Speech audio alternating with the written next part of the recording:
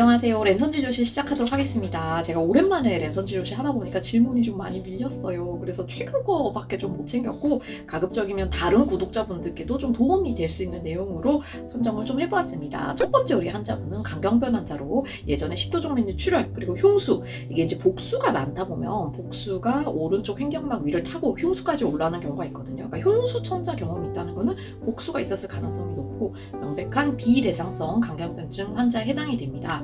간성 혼수가 걱정돼서 단백질을 먹어도 괜찮을지 물어보셨고요. 네, 많이 드셔야 됩니다.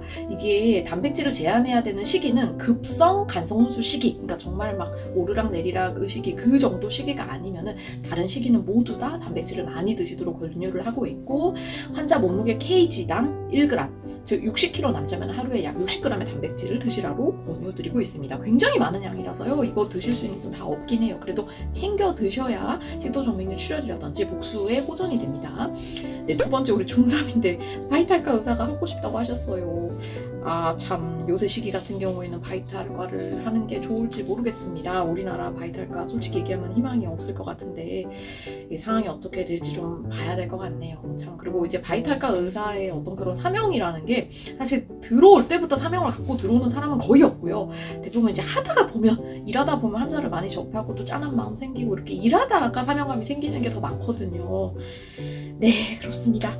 네, 세 번째 우리 환자분은 항바이러스제 복용한 지 21년째인데 제픽스, 그러니까 우리 1세대 항바이러스제부터 드셨던 굉장히 오래된 분이고요. 지금 내성이 생겨서 제픽스 헵세라로 드시고 있는데 베물리디로 변경이 가능할지 물어보셨어요. 이게 이제 심평원에서 사례별 심사를 그래가지고 제픽스 헵세라가 약이 2개잖아요. 그럼 이제 베물리디는 하나니까 복약 편의성으로 변경한다, 내지는 이제 약값 문제에서 제픽스 헵세라 2개 합친 것보다는 베물리디 하나리 싸거든요. 그래서 뭐 복약 편의성 및 경제성으로 약제를 변경한다, 이렇게 그 사유를 써서 내면 인정을 받은 경우가 있다고 들었어요. 근데 이제 이거는 명백한 사례별 심사로 들어가게 돼서 사실 이제 처방하는 의사 면에서는 좀 부담이 있긴 있거든요. 이거 이렇게 변경했다가 삭감되면 어떡하지? 그래서 조심스럽게 선생님께 뭐 이렇게 변경해서 인정받은 경우도 있다고 들었더라 라고 정보를 제공해 주는 것까지는 좋은데, 이제 처방받은 의사 입장에서는 그렇게 변경했다가 인정을 못 받으면 삭감이고 병원에 오히려 손해를 입게 되니까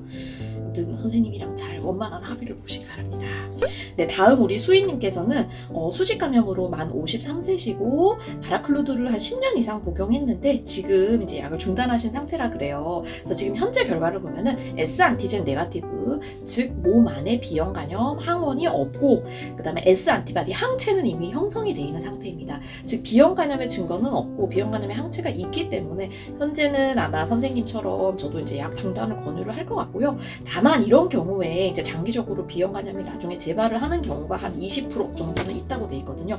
그리고 항체가 있어도 또 DNA가 나오는 경우도 꽤 있습니다. 그래서 정기 검사는 꼭 하시고 한 번씩 요 S안티젠 항원과 항체 검사 외에 HBV DNA도 꼭 한 번씩 팔로우 하시는 것을 추천을 드립니다. 다음 우리 구독자분은 위험인자가 하나도 없으시대요. 술도 안 드시고 비형 간염 없고 시형 간염도 없고 뚱뚱하신 적도 없고, 근데 초음파만 하면 만성간 질환이 있다고 합니다.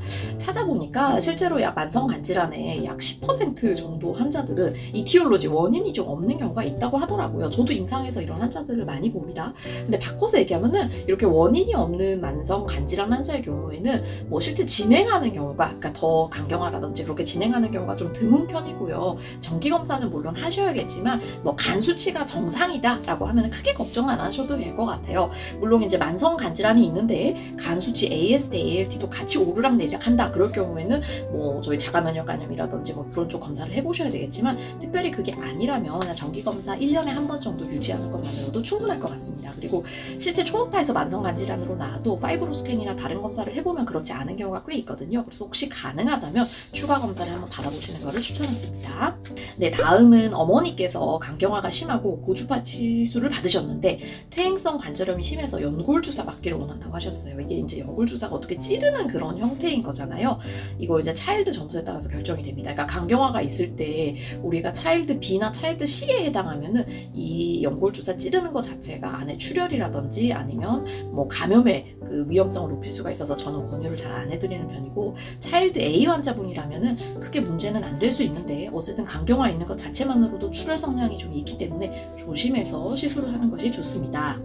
네, 다음 우리 환자분은 우측 상복부랑 우측 어깨 통증의 복부 팽만 소화불량이 있어서 CT를 했는데 멀쩡하다. 근데 증상이 여전히 있다. 왜 그러냐 물어보셨죠? CT라는 거는 이렇게 생각하시면 될 것 같아요. 그러니까 구조적 이상을 밝힌다. 그러니까 정말 구조적 이상이라는 거는 뭐 암이 있다든지 아니면 어디 뭐 장이 꼬였다든지 염증이 되게 심하다든지 이제 이런 경우의 원인을 CT로 발견할 수 있지만, 대부분의 이 복부 팽만 소화불량은 기능성 위장장애인 경우가 더 많거든요. 기능성 위장장애는 밖에서 보기엔 멀쩡한데 이 위장의 운동이 좀 문제가 생겨서 이런 증상을 일으킨다고 생각하시면 됩니다. 그래서 일단 CT가 문제가 없다라고 얘기를 했으면 기능성 위장장애 가능성이 높고 이제 그거에 대해서 약물 치료를 좀 받아보시는 걸 추천드리고요.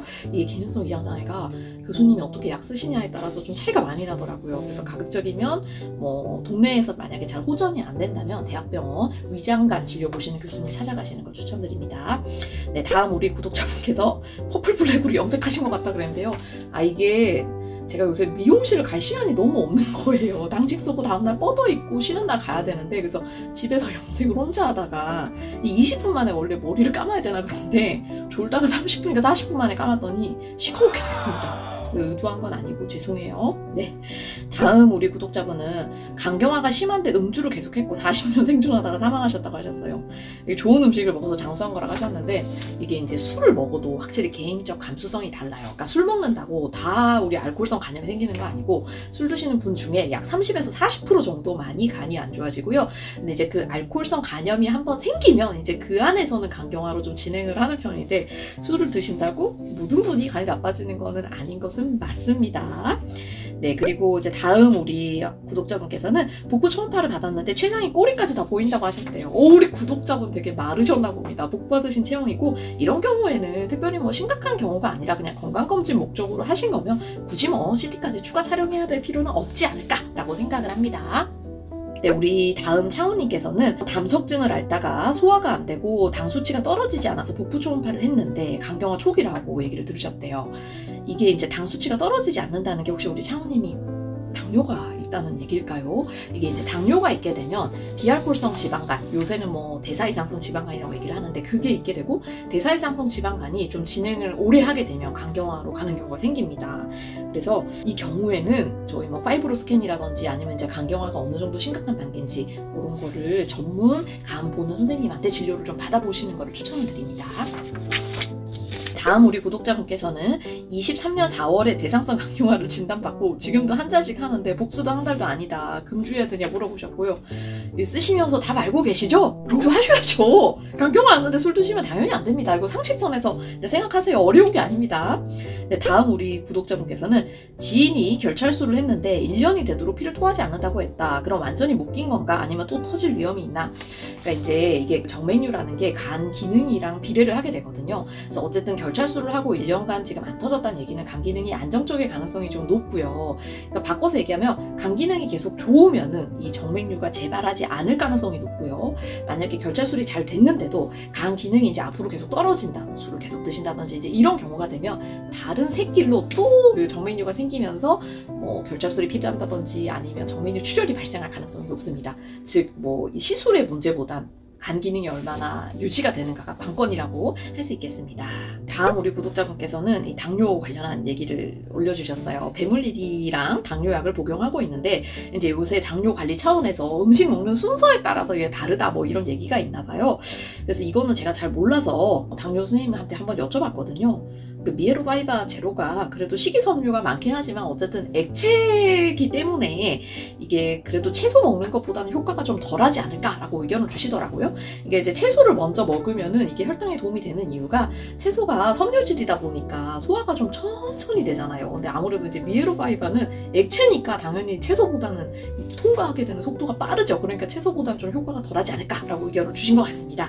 요새 당뇨에서 이런 게 유행이라고 하대요. 그 쑥쌀을 어떻게 순서를 따라 드시는지에 따라 좀 효과가 다르다고 하는 게. 네, 다음 우리 구독자분께서 B형 간염 환자 보균자인데 여성 호르몬을 처방받았다고 했더니 내과 의사 선생님께서 여성 호르몬이 혈전이나 암 부작용과 간 수치를 올린다고 얘기를 하셨대요. 이거는 맞습니다. 네, 그래서 우리 여성 호르몬이 들어가 있는 대표적인 약제가 피임약이 있겠죠. 근데 그 피임약에 여성 호르몬, 뭐 에스트로겐, 프로게스테론 이렇게 들어가 있는데 그 약제들이 특히 이제 뭐 담배를 핀다든지 아니면 좀 연세가 많다든지 하면 그 신부 혈전이라 그래서 다리에 혈전이 생겨서 이게 이제 둥둥둥둥 올라서 폐에 딱 박히는 뭐 폐색전증 이런 거 보고가 있고, 그 다음에 그 부인과계 종양, 뭐 유방암 아니면 자궁암, 뭐 아니면 난소암 이런 거 좀 높인다는 근거도 좀 있어요. 근데 이게 이제 뭐 비율에 따라서 조금 다르긴 합니다. 뭐 에스트로겐만 있는 경우, 프로게스테론이 좀 맞는 경우에 따라서. 그리고 이게 지방간을 좀 악화시키면서 간 수치를 올린다는 의견은 있는 그런 거는 맞고요. 근데 이제 다 적용되는 건 아니어서 약제를 쓸 수는 있고 이런 부작용이 생기지 않는지 잘 팔로우만 하면 될 것 같고, CT에서 뭐가 결절이 있어서 이제 촬영을 했는데 CT에서는 아마 특별한 게 안 보였나 봐요. 그럼 뭐 다행이죠 뭐. 우리 보통 국소 지방 침착이라든지 이런 것들은 초음파에서는 보이는데 CT에서는 안 보이는 경우가 종종 있거든요. 뭐 그게 결절이 없다는 건 아니고 위험한 결절은 아니라는 뜻이니까 다행인 것 같습니다. 근데 이제 뭐 내과 선생님, 요게 이제 동네 선생님께서는 아마 걱정되는 마음에 얘기를 해주신 거 아닐까요? 네. 그리고 다음 우리 두 구독자분께서 이 유산균이 프로바이오틱스가 간에 어떤 영향을 미치는지 물어보셨고요. 요거는 제가 만들어 놓은 거 있어요. 제 영상에 보면은 영부인 중에 유산균 관련한 거 있어가지고 이렇게 링크로 해서 구독자분들이 좀 보실 수 있도록 연결 좀 해주세요. 네, 다음 우리 구독자분께서 어려운 질문을 하셨습니다. B형 간염 환자고 간경화가 있고 간암 판정을 받았는데 1기 그리고 한계 1.7cm여서 경동맥 화학색 전술 TAC를 하신 것 같고요. 근데 간 상태가 차일드 퓨 스코어가 5점이라고 하셨는데 5점은 간 차일드 등급 A이긴 하거든요. 간 차일드 등급이 A세요, B세요? 요거에 따라서 좀 달라지긴 하는데 메일드 점수가 3.3인 거 봐서는 아마 차일드 점수가 5점일 가능성, A일 가능성이 좀 더 높을 것 같고요. 이 경우에 대략 잔존 수명이 어느 정도 되는지 물어보셨습니다. 이게 잔존 수명이란 게 되게 좀 예민한 주제인데 최대한 비슷한 결과를 좀 보면요. 지금 이제 보여드리는 논문은 2022년에 국립암센터에서 발표가 됐던 논문이고요. B형 간염이 있는 환자가 간암이 발생을 했을 때 이 사람들의 예후가 어떤지에 관한 논문입니다. 그래서 뭐 여러 가지 논문에서 밝히고 있는 주제가 있지만 예후랑 관련해서는 이 표를 보시면 될 것 같은데, 지금 이제 우리 환자분 같은 경우에는 UICC 스테이지로 하면 1기인 거고요. BCLC 스테이지로 하면 이제 제로에 가깝습니다. 우리가 이제 제로가 2cm 미만이거든요. 그럼 그렇게 볼 때 이제 세 코호트, 뭐 환자군에 따라서 세 그룹에서 얼마나 됐는지를 봤을 때 1년 생존율이 거의 뭐 97%, 90% 적게는, 그리고 5년 생존율이 80% 이상이세요. 굉장히 좀 결과가 좋게 보고되고 있는 경우가 많은 것 같고, 이제 선생님이 여기서 아마 간이식 얘기를 한 거는 지금 이제 첫 번째 어쨌든 간암이 생겼는데 여기서 이제 두 번째 만약 간암이 발생을 하던가 아니면 간 기능이 여기보다 조금 더 떨어질 경우에는 간이식을 대비를 해야 될 수 있다라고 미리 얘기를 하시는 거고, 간이식이라는 게 의사가 이제 간이식 합시다 이러고 바로 할 수 있는 게 아니잖아요. 그래서 조금 필요한 시기보다 일찍부터 얘기를 좀 해주시는 경향이 있습니다. 그래야 뭐 주변 가족이라든지 친척분들도 검사를 하고 준비를 할 수 있는 마음의 시간이 필요하니까 그래서 그런 것 같아요. 어쨌든 현재 상황은 간 기능도 괜찮고 간암의 기수도 높지 않기 때문에 예후는 좋은 것으로 예측이 가능할 것 같습니다.